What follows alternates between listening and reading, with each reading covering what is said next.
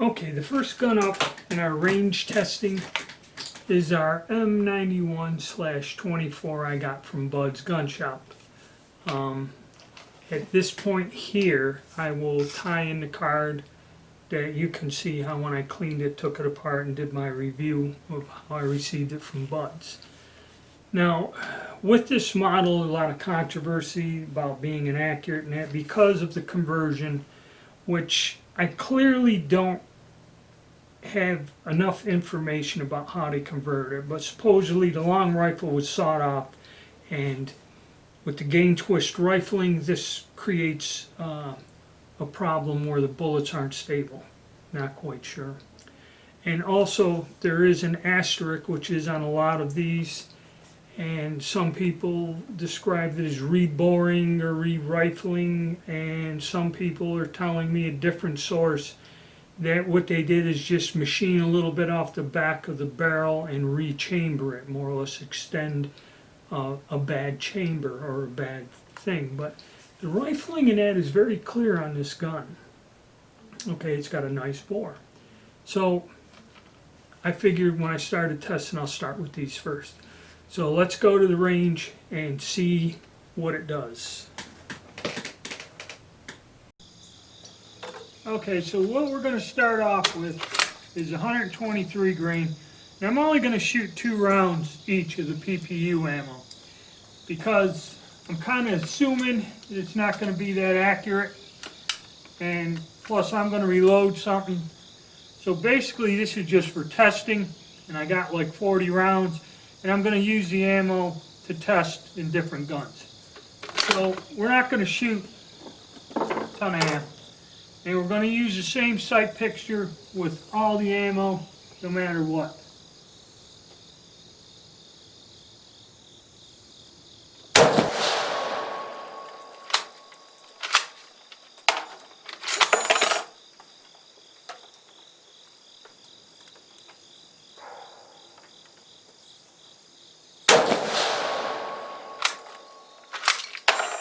Okay, let's go see what we did.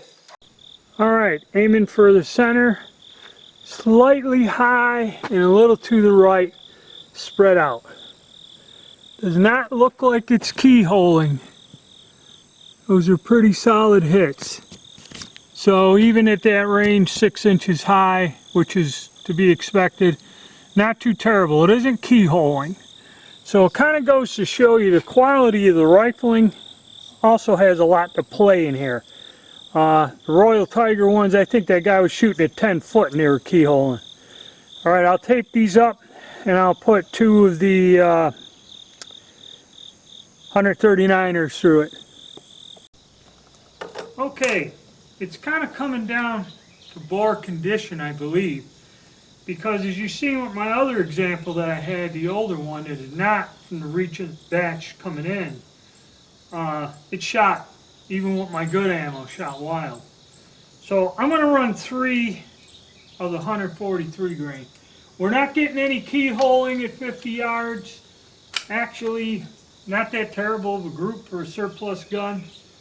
I'm going to try to modify how deep I put that front sight in the notch. Kind of lower it, because that's like 6-7 inches high, 50 yards.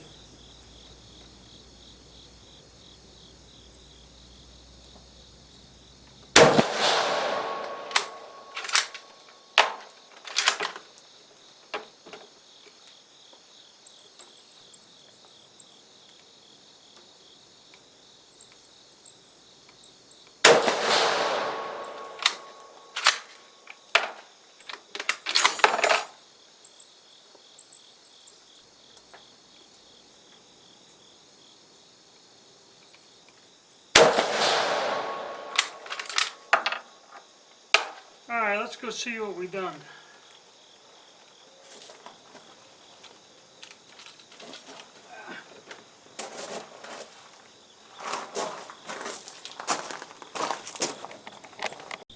Alright, so like I said, I kind of modified my sight picture, got it down a little more. What I do is put the top of the rear sight here and put that front blade down to where you just barely see it. and it's there. And again, we're shooting a tad to the right, which is consistent, which if we fine tune this, you know, with drifting the front sight. Now, one thing about this gun is shooting way better. That's undersized ammo. If you notice, no keyholing. The spread is out there, but this is highly acceptable, okay? Compared to that other one, I might have to dig that other one out and go side by side and show you. My other one with my ammo shot in a wide pattern.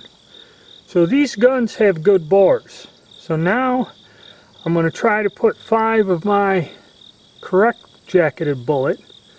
So just remember that's like about a 1, 2, 5, 6 inch spread. That could have been me, but not too bad. So now we're going to go with a little bit better ammo.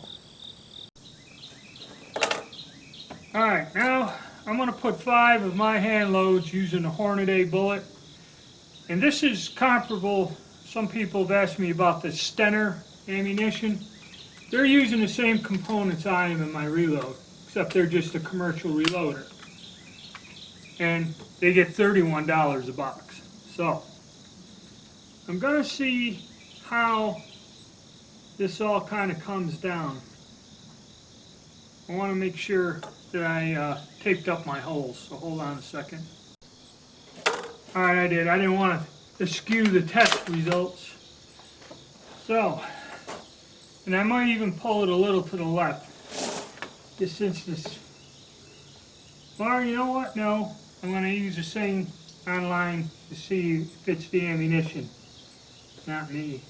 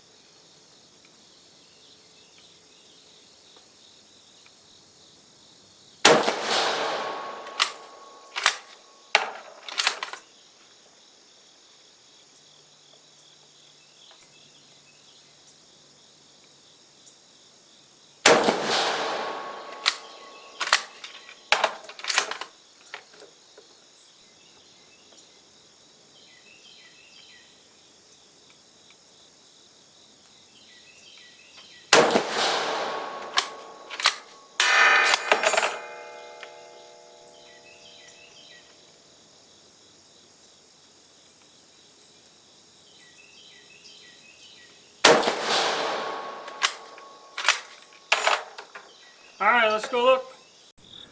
Alright, as you can see, now we're getting used to it. We got them 1, 2, 3, 4, 5. That's pretty good. Now that other 91-24 that I had, you know, I shot that same ammo and it was all over in a circle like a shotgun pattern. So the only thing I can assume is the other one has a bore that's more worn out or rusted out or something.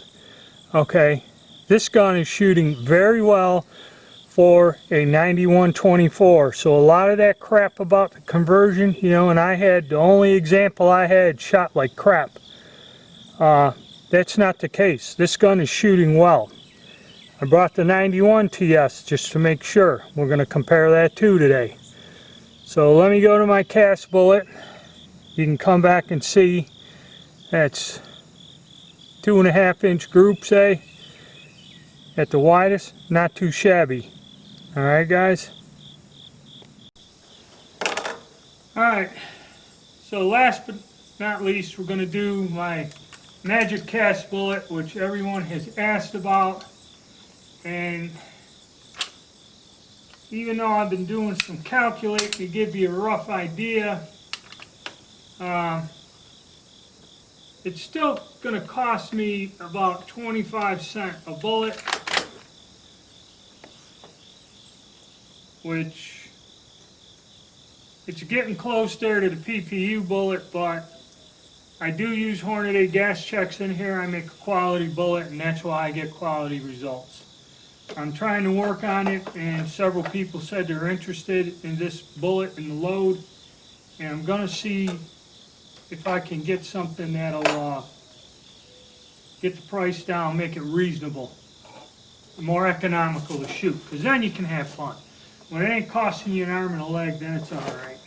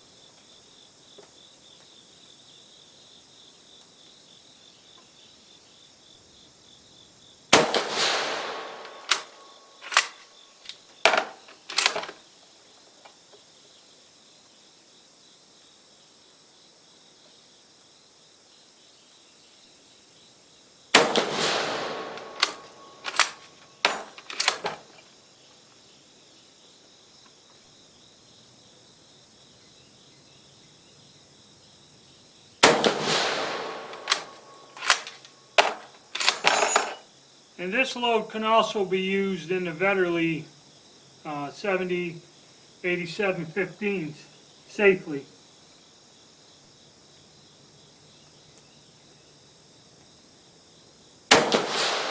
Very mild, very light load. Alright, let's see what that did. Alright, somewhat stringing. Could have been me. But still, we got a good grouping here, and it kind of strung out on us. Okay, could have been my shooting, whatever, but fairly good tight group. Okay, and pretty good. It's almost close to where the standard load is. So at a close range, like say 50, 100 yards, it's a good load. It's an economical load, and save you some money. I'm going to tape a new target up over this and see, but alright, first conclusion. This gun is shooting a hell of a lot better than the other example that I bought years ago. That other gun must be the bore's worn or something. Don't shoot worth a damn. These guns shoot well. PPU ammo and with good ammo. Okay? So even if you get the undersized ammo, you can still do fairly well with these rifles. It may not be one to pass up. Alright, to my surprise, when I did my 4 ammo test, I thought for sure them undersized PPU bullets, the 264 diameter, would not function well. But out of this gun, you know, they may not have been a tight group, but they were not tumbling, they were not keyholing. Okay, so a little bit more research into this, but the results were pretty good and I was satisfied with it. Compared to my other example of this, which I did not get from these two distributors, it's something I picked up years ago. It is wild, and I did a review of that before I received these to test it out, and I will put the card here for that video I did a few weeks ago on the same range with I think I only used my reload Hornady bullet and my lead bullet in that test, but still, it's a good gun. I liked it, and as far as I'm concerned, for what it is with a shortened barrel, it shot well. Alright, thank you.